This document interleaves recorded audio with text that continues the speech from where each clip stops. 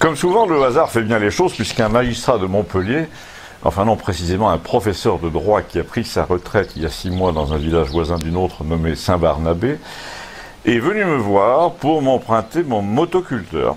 C'était prévu depuis longtemps, il est d'ailleurs en retard pour ses semis, mais il triche parce qu'il va acheter directement ses plants de tomates quand ils ont déjà 25 cm. Bon, enfin, c'est léger détail mis à part. Je précise que Gustave m'avait demandé de lui signaler le moment où ce monsieur, ce professeur, devait passer afin de l'interroger sur le côté juridique des élections municipales, qu'il appelle, lui, charcuter.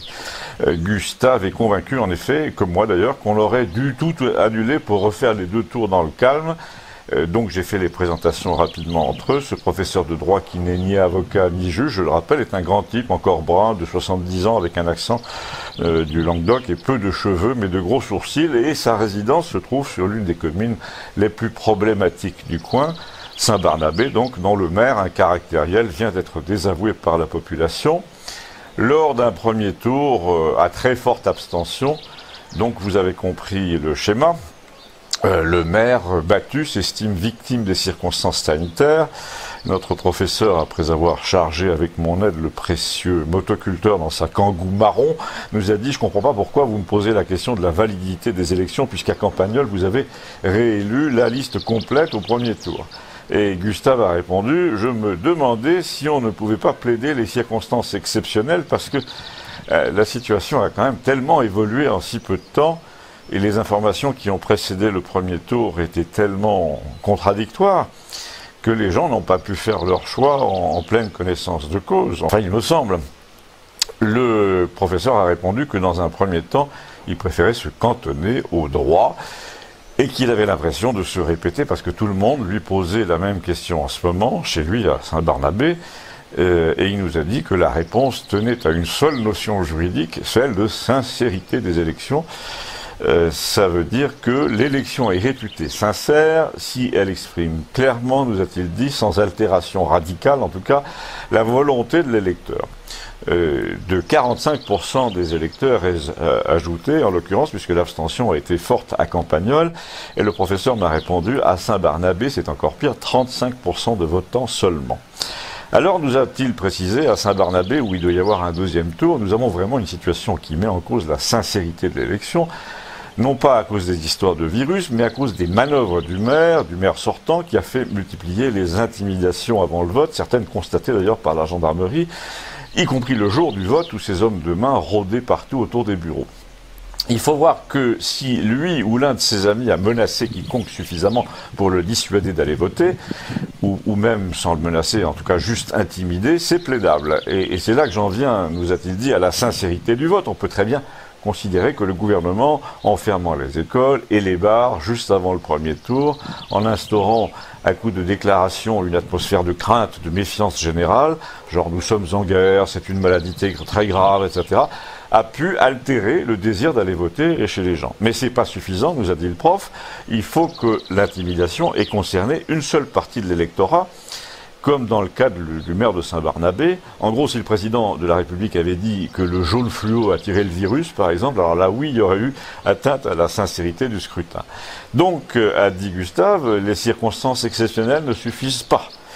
Il faudrait que les circonstances exceptionnelles aient été provoquées, nous a répondu le monsieur, par le président de la République et le gouvernement, ce qui n'est pas le cas. Mais, a dit Gustave, dans une démocratie ultra-médiatisée comme la nôtre, l'important, c'est pas l'événement, c'est la façon dont on le présente. Et là, on peut dire que si le président, en effet, n'a pas créé la pandémie, c'est quand même lui qui lui a attribué son caractère exceptionnel par des déclarations alarmistes juste avant le vote. Donc, on pourrait plaider qu'il a créé de l'abstention, en quelque sorte. Alors, le professeur de droit, nous a répondu, à la rigueur, c'est plaidable, mais il faut être sûr que l'abstention lui a profité. Or, je le répète, c'est pas comme à Saint-Barnabé. Nous, au village, le problème, c'est que le maire a fait intimider ses seuls adversaires. Tandis que là, on ne peut pas soupçonner le président Macron d'avoir voulu s'en prendre à un camp plutôt qu'à un autre, avoir voulu favoriser les uns plutôt que les autres. Alors, a dit Gustave, c'est donc foutu. On ne peut pas faire annuler le premier tour sur cette base. N'allons pas trop vite, a dit le professeur, car j'ai une autre base, au fond, bien plus solide, c'est que le 12 mars, le président nous a dit, texto, nous sommes dans la plus grave crise sanitaire depuis un siècle. Et là, il ferme les crèches, les écoles primaires, les lycées, les universités. 2 jours après, le Premier ministre annonce la fermeture des lieux publics non indispensables. Tout le monde sur les chaînes d'information continue, souligne l'exponentialité de l'épidémie, le cas italien, le fait que l'infection double tous les jours. Et là, c'est important, nous dit le professeur de droit, parce que le code électoral comporte un article intéressant, le numéro 56, qui dit que le second tour doit avoir lieu une semaine après. Or, la décision d'organiser le premier tour a été prise au mépris de la réalité, que par ailleurs il nous décrivait sans arrêt, je le répète, à savoir qu'on ne savait pas du tout comment les choses allaient tourner, mais probablement très mal dès la semaine prochaine, etc. Donc là, le principe de précaution a sauté complètement, et on peut plaider au moins l'erreur manifeste d'appréciation. Ils ont lancé le premier tour alors que les risques de ne pouvoir pas organiser le deuxième étaient très grands et qu'ils les connaissaient.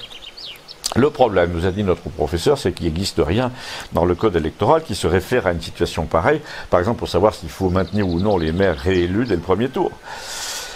Alors, vous, a dit Gustave, vous baissez les bras en tant que juriste. Non, non, j'ai pas dit ça, a-t-il répondu. Je suis convaincu, et tous mes collègues aussi, que dans les 4000 communes où c'est pas joué, il faudrait reprendre tout le match et pas seulement la deuxième mi-temps. Sauf que là, a dit Gustave, le gouvernement a décidé exactement le contraire. Il laisse jouer la deuxième mi-temps 2 mois plus tard. Et là, notre juriste s'est fait un peu grave. Il a dit, le problème, c'est qu'en essayant de bétonner sans arrêt un bâtiment comme ça, sans armature, le gouvernement risque l'effondrement général. Si les recours se multipliaient devant les tribunaux administratifs, ils ne reviendraient de toute façon pas en arrière. Il va donc être obligé d'intimider les juges. Je vous rappelle que les juges, quand ils annulent les résultats du second tour d'une élection, ne maintiennent pas les résultats du premier, ce qui prouve bien que les 2 tours sont liés et qu'il ne s'agit pas de 2 scrutins, mais d'un seul. Le Conseil constitutionnel a rappelé que la sincérité du scrutin dépendait aussi d'un délai raisonnable entre les 2 tours, et on peut plaider que 2 mois, en plus, je le rappelle, nous a-t-il dit, 2 mois de répression, de confinement, de conditionnement mental. Ce n'est pas un délai raisonnable. Ces 2 mois ont été une véritable révolution dans les modes de vie, dans les esprits. Donc la donne a changé entre les 2 tours. Et c'est là que Gustave et moi-même, qui partageons le même avis sur cette question, nous sommes revenus au cas de Campagnol, dont la mairie a été élue dès le premier tour, pour invoquer un argument qui n'est jamais cité nulle part. C'est le fait que le paysage mental de l'électoral est en effet entièrement changé juste après le premier tour. Imaginons, a dit Gustave, une municipalité qui ait été élue sur un programme écolo, bio, etc., plantation de vergers, d'espaces verts partout, gestion du temps libre, association culturelle, peinture des façades, restauration des monuments, bref, un programme de babacool défendu par des gens qui vont avec, des gens un peu rêveurs, qui fonctionnent à coup de subvention. Et imaginons que survienne le lendemain de l'élection, mettons, un tremblement de terre ou une éruption volcanique avec 10 cm de cendres dans les jardins. Tous les jardins sont morts, il n'y a plus d'argent, plus de subventions, plus de temps libre. Les gens perdent leur boulot, il n'est plus question donc des jardins, il n'y en a plus, alors qu'on vient d'élire des gens qui ne pensent qu'à ça. Eh bien, il nous dit, on en est à peu près là. Donc à la mairie, tu as une bande de branquignols maintenant, incapables même d'aller chercher de l'eau et qui prétendent gérer un pays en ruine. Je vais te donner un exemple. Les masques distribués récemment par la communauté de communes chez nous. 3000 habitants. Monsieur, a-t-il dit au professeur, vous les avez reçus comme nous, n'est-ce pas? Eh bien c'était des gros masques taillés à la va-vite dans du tissu à rideau, immétable, avec des élastiques friables qui se cassaient tout de suite. On sentait vraiment le je m'en foutisme pour obéir au préfet, en tout cas pas le souci de faire des choses utiles et efficaces. Donc là où je veux en venir, nous a dit Gustave, mais je crains qu'on sorte un peu d'une réflexion juridique, c'est que la plus grave faute qui va se payer très cher, c'est celle qui consiste à élire les mêmes gens médiocres qu'avant, alors que la situation n'est plus faite pour eux. Et dans cette histoire d'élections volées, de tribunaux administratifs intimidés, pour maintenir en place le même genre d'élus qu'avant, c'est-à-dire malléables, manipulables, des élus faits pour toucher des subventions et pas pour avoir des idées, le gouvernement, mais surtout le président évidemment, commettent en ce moment une imprudence terrible. Et tu sais pourquoi? Il s'adressait à moi là. Alors je lui dis, parce que ça va leur retomber sur le nez. Oui, ça aussi, m'a-t-il répondu, mais je te parle d'autre chose. La raison, c'est qu'ils veulent envoyer au Sénat des gens mous et tièdes, et que pour ça, il faut des conseillers municipaux, donc des grands électeurs, dociles et sans imagination. Ils se disent, ne laissons pas, surtout les circonstances, faire émerger une nouvelle catégorie d'élus qui se retroussent les manches. Ils retrousseraient leurs manches contre nous. J'ai fait observer à ce moment-là que si on empêchait les élus de représenter la France qui se retrousse les manches, qui craint la ruine, qui est en colère, si on se sert des élus mous et tièdes pour échapper aux juges en organisant des simulacres de commissions parlementaires façon affaire Benalla, on s'exposerait à un affrontement de la rue qui est quand même le premier et le dernier lieu de la démocratie, qui est l'agora, la place publique, comme à Hong Kong en somme. Là, nous sortons du droit, a dit le professeur qui voulait embarquer son motoculteur avant d'en entendre davantage. Et Gustave a dit un peu fielleusement, vous savez monsieur, on me demande souvent à moi pourquoi et comment je peux me dire anarchiste de droite. C'est évidemment une utopie, l'anarchie. Un pays ne vit pas sur l'anarchie pendant 30 ans, mais pendant 10 jours, si. En fait, ce que vous appelez sortir du droit, c'est la clé de l'histoire de France. Quand vous regardez comment notre pays a connu par-ci par-là 30 années de prospérité et de paix, eh bien ça a toujours été au prix de quelques émeutes préalables à Paris. Vous me dites, le professeur cette fois il avait ses clés à la main, il voulait repartir pour ne pas se compromettre, que nous sortons du droit, mais nous sortons de tout, monsieur, du confort, du plein emploi, de l'équilibre budgétaire. Donc on se demande pourquoi le droit serait le seul pilier à rester debout d'un bâtiment en train de s'effondrer. Le seul moyen de laisser debout la moitié du bâtiment, c'était d'élire des reconstructeurs, des gens du bâtiment, j'ai pas dit des maçons, hein, des gens désintéressés, et les municipales auraient dû permettre de le faire. Or, quand on voit le niveau moyen des députés du parti présidentiel et dominant, on comprend que le gouvernement veut avoir les coups des franges pour faire à peu près ce qu'il veut. Alors on va me dire, à quoi bon en faire des tonnes à propos des municipales? Eh bien, a continué Gustave, parce que c'est le seul moyen de désamorcer la colère, c'est de la laisser s'exprimer. C'était de faire au niveau municipal une sorte de dissolution en modèle réduit, en refaisant les 2 tours au calme et le 21 septembre. C'était d'élire des gens qui décident de mettre le nez dans les comptes, façon Mutuelle de Bretagne, hein, si vous voyez ce que je veux dire, des gens qui veulent une autre France, une France qui voudrait savoir où en est, par exemple, la sécurité des centrales nucléaires en ce moment, et si les doses d'iode sont toutes présentes dans les préfectures, et pourquoi la marine a commandé de la chloroquine alors que le ministre l'a fait interdire ailleurs, et pourquoi le ministre l'a fait prescrire aux patients très atteints alors qu'on lui a dit qu'il fallait le faire en début de traitement. Donc, entre parenthèses, il a interdit de soigner les uns pour menacer la vie des autres. Mais ils ont choisi de mettre toutes ces questions au coffre, comme les papiers et les armes de Benalla, et puis ensuite de faire disparaître le coffre en intimidant le parquet. D'ailleurs, leurs élections, la gestion de la pandémie, la disparition de 6 000 respirateurs à 5 000 € dans les 3 dernières années, c'est un peu l'équivalent de l'enlèvement du coffre de Benalla. Pas de discussion, pas d'enquête, pas de commentaires. On nomme les juges qui nous arrangent. On referme les commissions d'enquête en disant qu'il n'y a rien à voir. On téléguide les médias pour qu'ils présentent les choses comme il faut notamment pour que les laboratoires soient contents.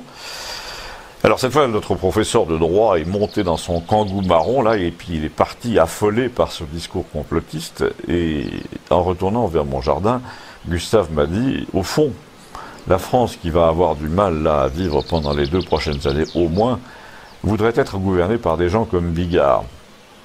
Eh ben, à propos, lui ai-je dit, tu as vu que le président a téléphoné à Bigard récemment? Ben oui, il m'a répondu, c'est pour ça que je t'en parle. Il me dit, depuis le début, ce président, qui n'a pas d'âme, essaye plus ou moins de voler celle des autres.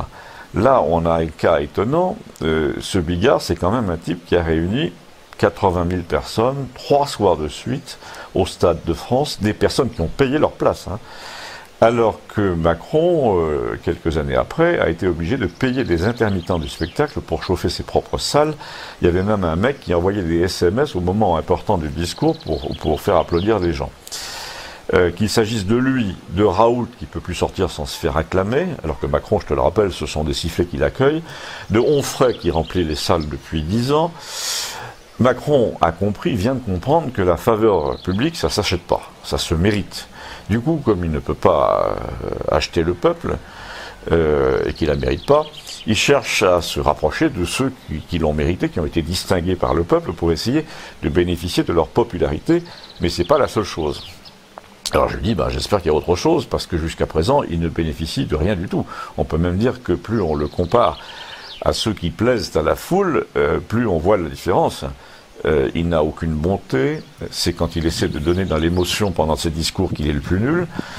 On perçoit toute la fausseté du personnage quand il parle, il n'a aucun naturel, il dit toujours les mêmes choses en plus, comme les machines à café quand on mis ton €50. C'est une sorte de lapin Duracell du raisonnement. Il est increvable dans le prêchi-prêcha sur l'Europe, Merkel, la coopération, etc. Alors je lui dis, oui, parce que là, pour une fois, je le rappelle, c'est moi qui parlais. Alors quelle est ta fameuse autre raison?